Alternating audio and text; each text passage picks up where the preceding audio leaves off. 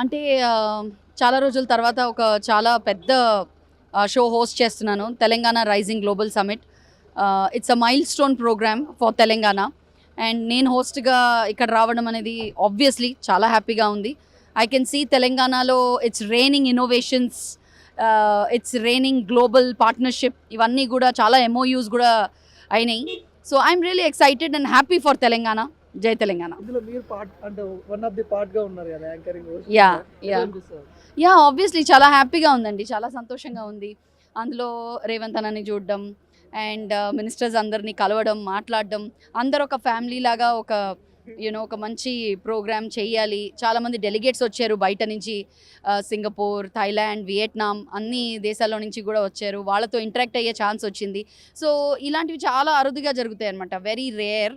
So ఇటువంటి ఒక opportunity నాకు దొరకడం, నేను ఇందులో ఒక భాగం అవ్వడం డెఫినెట్లీ చాలా ఆనందంగా ఉంది. అంటే సినిమా ఇండస్ట్రీ కూడా ప్లాన్ చేస్తా ఉన్నారు దీంట్లో అన్నట్టు కూడా తెలుస్తా ఉంది. అవేమన్నా అంటే సినిమా ఇండస్ట్రీ కాదండి, సినిమా 2047. అంటే ముందు ముందు మనం సినిమాని ఎంతవరకు తీసుకెళ్ళొచ్చు. ఆల్రెడీ టెక్నాలజీని యూజ్ చేస్తున్నాము, గ్లోబల్ ఇంపాక్ట్ ఉంటుంది మన సినిమాలకి. మన స్టోరీ టెల్లింగ్ చూసి చాలామంది హాలీవుడ్ వాళ్ళు కూడా ఇన్స్పైర్ అవుతున్నారు.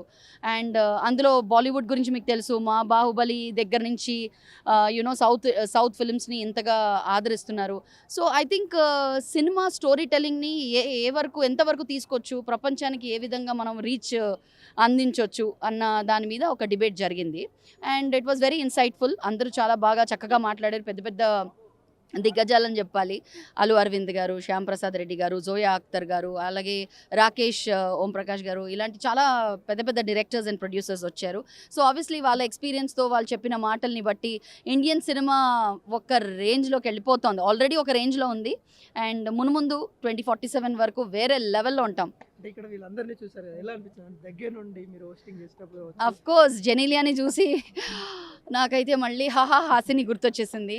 అండ్ హాసిని మన తెలంగాణకి వాళ్ళ ఆయనతో వచ్చింది కాబట్టి వాళ్ళ దగ్గరికి వెళ్ళిపోయి నేను మా అల్లుడితో వచ్చేసావు, నువ్వు పుట్టింటికి వచ్చేసావని చెప్పాను. సో అంతగా మనం కనెక్ట్ అవుతాం కదా. It was very happy.